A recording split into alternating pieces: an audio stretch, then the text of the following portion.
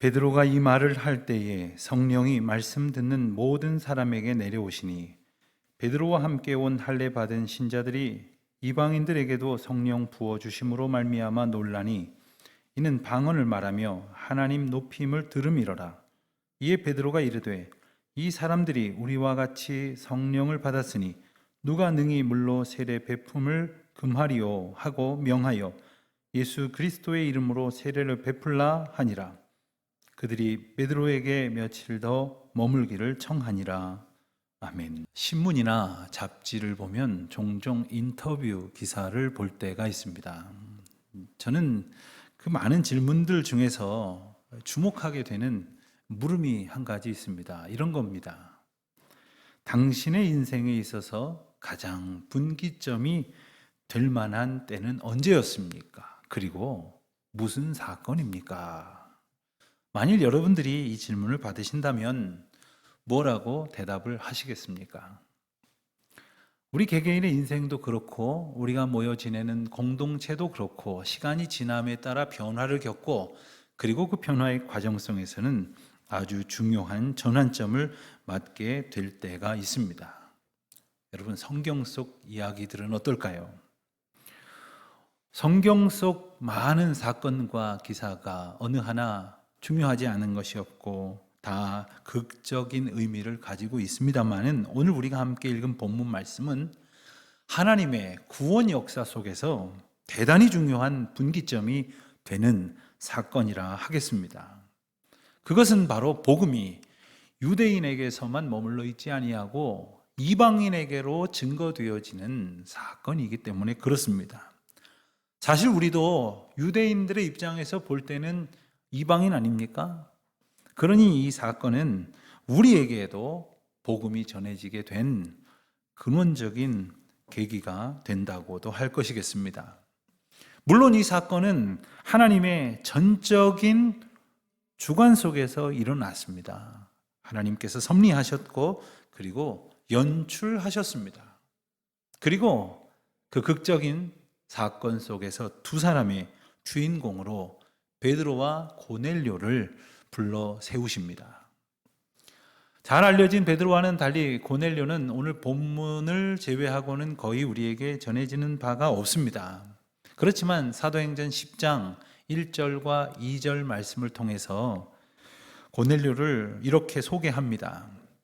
그는 가이사랴에 주둔하고 있는 이탈리아 부대의 백부장으로서 경건하여서 온 집안과 더불어 하나님을 경외하며 백성을 많이 구제하고 하나님께 항상 기도하는 사람이다. 이렇게 일러주고 있습니다.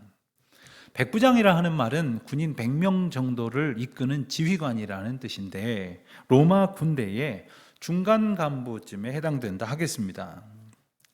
당시에 이 로마 군대는 주로 같은 지역 출신들로 부대를 구성했기 때문에 이탈리아 출신의 군인들을 이끌었다고 한다면 고넬료 또한 이탈리아 사람임을 우리는 짐작할 수 있게 됩니다. 오늘 사건의 배경이 되는 이 가이사랴는 헤롯 왕이 지중해 연안에 세운 항구 도시입니다. 그런데 그가 도시를 세우고 그가 평소에 흠모하던 가이사하고 수도의 이름을 따서 가이사랴라 이렇게 명명을 하게 된 겁니다. 이곳에는 유대 지역을 다스리는 총독부가 있었으며 그리고 주력 부대가 주둔하고 있었습니다. 그래서 당시에 로마 제국이 다스리고 있었던 수많은 도시들과 넓은 영토에 있는 많은 크고 작은 도시 가운데에 가장 크고 중요한 도시 중 하나가 이 바로 가이사랴였습니다. 사도행전을 보면 사도 바울도 이 가이사랴를 여러 번 방문해서 복음을 전하는 장면을 보게 됩니다. 그리고 그가 3차 전도 여행을 마치고 나서 로마 군인들에게 붙들리게 되어 압송되어 온 것도 가이사랴였고 나중에 그가 로마 황제에게 상소를 하여서 로마로 보내지기 전까지 약 2년 동안 옥고를 치른 것도 바로 이 가이사랴였습니다. 그 당시 로마 군대의 횡포는 참 극심했습니다. 유대인들을 업신여기고 그들을 괴롭혔던 것은 물론이었고 점령군으로서 온갖 나쁜 짓을 일삼았습니다. 그런데 이런 분위기 속에서 주둔군의 간부인 고넬료가 지배받고 있는 유대 사람들이 섬기는 하나님을 경외했다? 이것 자체가 대단히 이례적인 일이요 놀라운 사건이 아닐 수 없습니다. 고넬료가 어떻게 하나님을 만났는지, 어떻게 복음을 받아들였는지는 우리는 잘 알 수는 없지만 그가 하나님을 경외했다고 하는 것은 얼마나 귀한 일인지 모릅니다. 그것이 하나님께서 그를 이 이방인의 구원 역사로 확장하시는 놀라운 역사의 주인공으로 부르시는 중요한 이유가 된 것입니다. 우리가 이 사건을 통해서 기억할 것이 있습니다. 우리가 하나님의 역사가 우리 삶 가운데 펼쳐지기를 바라고 정말 놀라운 은혜의 일들이 이어지기를 바라지만 그 시작은 바로 고넬료처럼 하나님을 경외하는 삶을 사는 것에 있을 것입니다. 우리가 하나님 앞에 바른 신앙을 갖는다는 것은 다른 것이 아닙니다. 하나님을 경외하는 일이요 또한 그러한 마음가짐으로 경건한 삶을 사는 것입니다. 우리가 하나님을 사랑하고 그리고 그 말씀을 사모하며 그 인도하심을 기뻐하는 가운데에 따른다고 하지만 이 경외심이 없어서는 안 됩니다. 사람들 사이에서도 마찬가지 아닙니까? 사랑한다고 말하지만 내가 참 좋아하는 일하고 이렇게 말합니다만 그럴수록에 상대방을 조금은 어려워할 줄도 알아야 합니다. 그것은 그 상대가 너무나도 귀하고 소중하다는 것을 알기 때문입니다. 그래서 함부로 할 수가 없는 것 아닙니까? 더러는 아내나 남편에게 혹은 부모님이나 자녀들에게 가족이니까 당연히 그럴 수 있다고 생각하거나 너무 편하고 막역하다고 여겨서 혹 함부로 대한다면 그것은 결코 아름다운 사랑의 모습이라고는 할 수 없을 것입니다. 고넬료는 그렇게 하나님을 경외했습니다. 그리고 경건한 삶을 살고자 애썼던 사람입니다.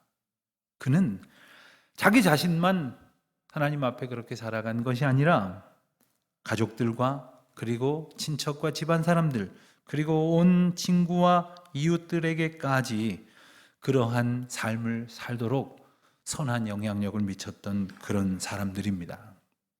4절 말씀을 보니까 또 이렇게도 전하고 있습니다. 고넬료의 기도와 구제가 하나님 앞에 상달되었다. 즉 기도로 하나님과 온전한 교통을 이루는 삶이었으며 또한 구제로 이웃사랑을 실천하며 살았다 하는 뜻입니다.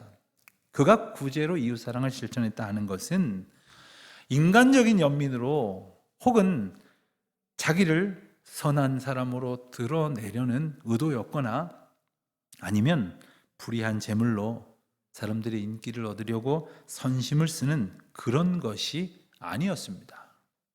하나님 앞에 경건한 삶을 살아가는 한 표징으로 그에게서 구제의 선행이 나타났다는 것을 성경은 분명히 우리에게 일러주십니다.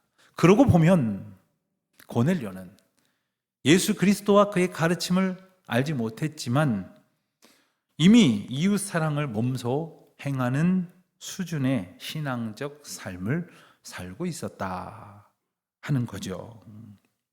자, 하루는 하나님의 사자가 고넬료에게 나타났습니다.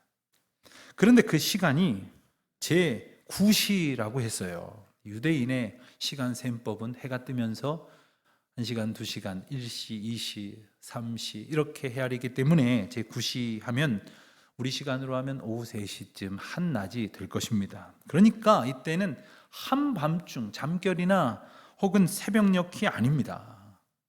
어쩌면 지금껏 그런 환상을 본 적이 없는 고넬료가 혹시라도 놀라서 헷갈리지 않도록 대낮에 분명하게 하나님은 그의 사자를 보내셔서 하나님의 메시지를 전하십니다.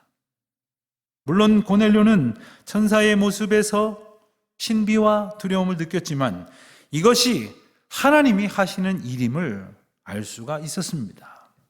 여러분, 경건하게 그리고 하나님 앞에 온전한 믿음의 태도를 살려고 애쓰는 자들에게는 하나님의 일을 하나님의 일로 알게 하시는 은혜를 주십니다. 우리가 하나님 생각 한 번도 안 하고 하나님의 뜻을 기도함으로 구하지도 않는데 어떻게 하나님의 역사를 하나님이 하시는 일인 줄 어떻게 알아보겠습니까? 자, 이제 그에게 천사가 하나님의 계획을 전하게 됩니다. 이렇게 말합니다.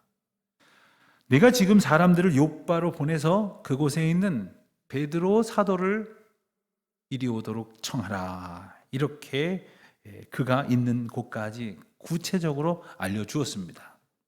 그리고 고넬료는 지체하지 않고 사람들을 보냅니다. 그런데 가이사랴하고 욥바는 직선 거리로만 해도 약 50km 정도 되는 거리입니다. 결코 가까운 곳이 아닙니다. 하지만 충성스러운 고넬료의 신하들은 아마 밤을 새워서 그 길을 재촉했을 것입니다.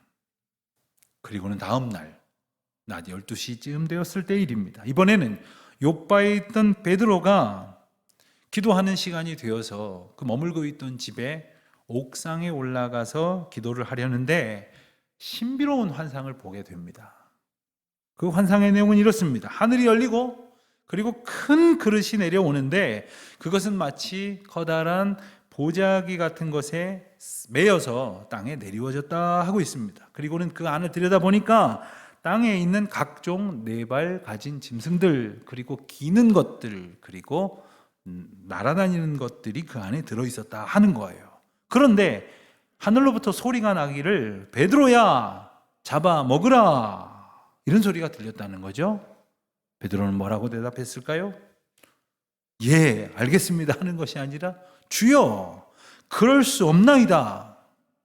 저는 근데 이 말이 참 생각할수록 재밌어요. 주여 했다면 하나님이 보내시는 메시지라는 것을 알았다는 것 아닙니까? 그러면 주여 다음에는 뭐가 나와야 됩니까? 알겠습니다, 순종하겠습니다, 그렇게 하겠습니다, 이런 말이 나와야 되겠는데 그럴 수 없나이다. 그리고는 이유를 달기를 속되고 깨끗하지 아니한 것을 내가 결코 먹지 아니하였나이다. 여태까지 그런 거 안 먹었다 이겁니다. 그러니 먹지 않겠다 하는 말입니다. 하지만 다시 소리가 나기를 하나님께서 깨끗하다 하신 것을 내가 속되다고 하지 말라. 그리고는 성경은 이런 대화가 3번 있은 후에 그 그릇이 하늘로 올리워져 갔다고 이렇게 전하고 있습니다. 여러분, 한 번에 예 알겠습니다 했다면 굳이 2-3번씩 그 대화가 오갔을 리가 없습니다. 베드로는 주여 해놓고 순종하지 않고 있습니다. 도대체 베드로에게 무슨 일이 있었던 겁니까? 그 보자기 같은 것에 쌓여있는 그릇 안에 있었던 짐승들을 잡아먹으라고 하나님의 사자가 명했을 때 주여 그럴 수 없나이다 하면서 그가 내세웠던 이유는 속되고 깨끗하지 않은 것을 먹을 수 없다 하는 것이었습니다. 속되고 깨끗하지 않다 하는 말은 그 짐승들을 바라보던 유대 사람들의 고정관념이었습니다. 그리고 이것은 그들이 가지고 있었던 율법으로부터 기초했습니다. 그렇기 때문에 베드로는 많은 유대인들과 마찬가지로 그것을 먹지 않음으로 거룩한 삶을 사는 것이라고 여겼고, 그래서 그렇게 사는 것이 하나님을 잘 믿는 것이라고 생각했던 것입니다. 자, 그렇지만 하나님의 사자가 하나님의 메시지를 전하고 있는데, 그래서 그것이 주님의 음성인 줄 알고 주여라고 대답은 해놓고 하나님의 명령을 하나님 믿는 나의 믿음의 의지로 거부하고 있다? 이 엄청난 모순을 어떻게 설명할 수 있겠습니까? 그렇지만 가만히 따지고 생각을 해보면 이러한 모순은 오늘날에도 우리에게, 그리고 많은 교인들에게서 얼마든지 나타나기도 합니다. 분명히 하나님 잘 믿는 마음가짐, 그런 생각, 그리고 그러한 경험 때문이라고는 하지만 우리가 하고 있는 말과 우리가 취하는 행동이 정말 하나님을 기쁘시게 하는 것인지, 정령 하나님의 인도하심 가운데 순종하는 것인지, 혹 내 경험이나 생각에서 비롯되어진 지극히 세속적인 가치관과 섞여져서 굳어진 것 때문에 정작 복음이 우리를 이끌고 그리고 말씀이 인도하는 그 길로 순종하지 않는 것은 아닐까. 내 생각이 주님의 인도하심보다 더 중요하다고 주장하고 있는 것은 아닐까 하는 것입니다. 베드로는 그 환상의 의미를 한참 동안이나 알지 못했던 모양입니다. 그래서 의아해하고 있을 때에 고넬료가 보낸 사람들이 그 집 앞에 도착을 하여서 베드로를 찾습니다. 바로 그 순간 다시 성령께서 베드로에게 임하여 말씀하시기를, 두 사람이 너를 찾고 있을 것이니 일어나 내려가서 의심하지 말고 함께 가라. 내가 그들을 보내었노라. 이렇게 일러주십니다. 자, 아까 그 환상의 의미는 뭔지 몰랐지만 지금 이 상황 설명은 그래도 알아들었겠지요. 베드로는 의심하지 아니하고 내려가서 그들에게 묻습니다. 내가 베드로인데 무슨 일이요? 했더니 그들이 자기 주인 고넬료의 청함을 전했습니다. 그리고는 그들을 따라서 길을 떠납니다. 다시 하루가 지났습니다. 참 먼 길이었기 때문이겠죠. 그들이 가이사랴에 도착했을 때 고넬료가 그 집 식구들은 물론이고 친척들과 친구들까지 다 모아서 베드로를 기다리고 있었어요. 베드로가 도착하니까 그의 발 앞에서 엎드려서 그에게 자기가 경험한 그리고 자기가 본 환상과 그간의 자초지종을 다 말하게 됩니다. 자, 이제 고넬료의 이야기를 베드로가 다 들었습니다. 그리고는 베드로가 고백을 합니다. 하나님이 이 일을 행하셨다는 것을 내가 깨달았노라고. 이 일이야말로 하나님이 하시는 일이라고 하는 사실을 깨달았노라고 분명히 고백을 하는 거예요. 사실 베드로도 반신반의했었던 모양이에요. 그리고 끊임없이 자기 생각과 하나님의 인도하심 가운데에서 갈등했던 모양입니다. 그러나 이 순간 하나님이 자기 자신에게뿐만 아니라 50km 떨어져 있었던 가이사랴의 고넬료에게 역사하신 그 이야기들과 사건을 듣고 그는 고백을 합니다. 하나님께서는 사람을 외모로 취하지 아니하시고 각 나라 중에서 하나님을 경외하며 그 믿음으로 행하는 사람들을 받으신다는 것을 깨달았다고 고백을 합니다. 그 전까지는 유대인들에게나 하나님의 은혜가 임하지 모든 나라 사람들은 아니다, 이방인들은 아니다, 이런 생각을 다른 사람들처럼 가지고 있었다는 것을 한편으로 피력하는 것이겠죠. 자, 그리고 베드로는 고넬료와 그곳에 있었던 사람들에게 예수 그리스도에 대해서 증거합니다. 그 내용을 세 가지로 요약하면 이렇습니다. 첫 번째, 만유의 주인이신 우리 주 예수 그리스도께서 하나님과 우리 인생들이 화평하게 되는 복음을 주셨다는 것입니다. 그리고 그 화평하게 되는 복음이 바로 그분 예수 그리스도시다. 아멘입니까? 이 복음을 전하고 있습니다. 자, 두 번째입니다. 예수님께서는 참된 메시아시라고 하는 사실을 그는 확신에 차서 증거하고 있고, 그리고 더 확신에 찬 목소리로 내가 바로 이 일의 증인이라고 그렇게 간증을 하는 겁니다. 세 번째입니다. 이제 그러므로 누구든지 예수님을 믿는 사람은 그 이름을 힘입어서 죄의 사함을 얻을 수 있다는 복음의 진리를 담대히 선포하고 있습니다. 여러분, 얼마나 놀랍습니까? 지금 예수님의 수제자 베드로가 예수 그리스도의 복음을 이방인들 앞에서 선포하고 있는 거예요. 동시에 지금 이 순간 수천 년의 시간을 그리고 그 공간을 뛰어넘어 다시 우리에게 선포되어지는 이 복음의 메시지를 이 시간 저와 여러분이 전적으로 아멘으로 화답하여 영접하고 그 복음의 감격으로 살아가게 되시기를 주님의 이름으로 축원드립니다. 바로 그때 우리가 함께 읽은 44절에서 보듯이 성령이 말씀을 듣는 모든 사람들에게 임하였다 하였습니다. 성도 여러분, 성령이 임하여 성령의 충만하심으로, 성령의 인도하심으로 우리가 살아가기를 소원합니다만, 오늘 본문을 통해서 분명히 기억하십시다. 말씀을 듣는 중에 성령이 충만하게 임하셨다는 거예요. 물론 그 외의 시간에 성령의 역사가 없다는 뜻은 아닙니다. 하지만 말씀이야말로 살아계신 성령 하나님의 강권적이고 가장 확실한 역사요 증거라는 사실이죠.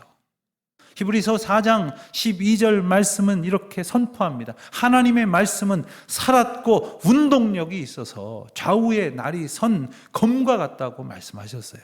그래서 우리 인생 가운데 베어버려야 할 것, 잘라내야 할 것들을 다 제하시고 또 고치실 것은 고치시는 기이한 능력이 된다고 말씀하십니다. 그러므로 우리가 그 말씀 앞에 거할 때에 성령의 역사하심은 놀라운 일들과 함께 우리의 삶에 임하고 가득하게 될 줄로 믿습니다.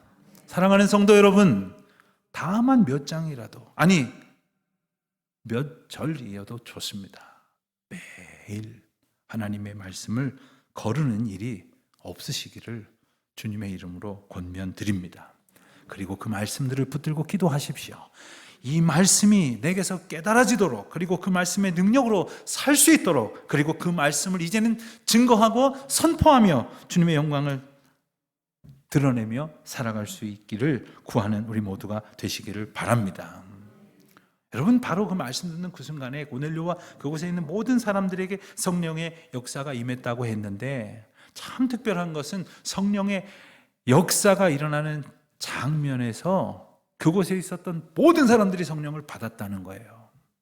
사도행전 2장에 보면 마가의 다락방에서 기도하던 모든 사람에게 성령의 은혜가 임하였다고 했고, 오늘 말씀도 보면 그곳에 있던 모든 사람들에게 성령의 은총이 임하였다, 이렇게 선포하고 있습니다.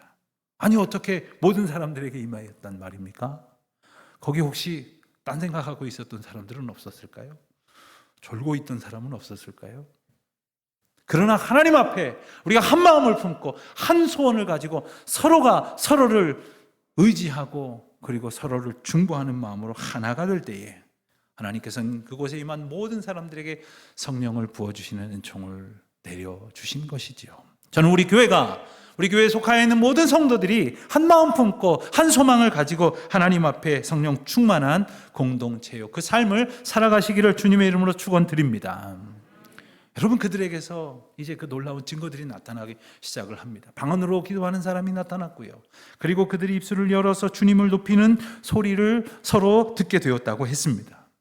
여기서 하나님 높임을 들었다 하는 말은 하나님의 놀라우신 은혜와 능력, 주님의 크고 위대하심을 서로 고백하고 또 서로 듣고 서로 기뻐하며 나누었다 하는 의미예요.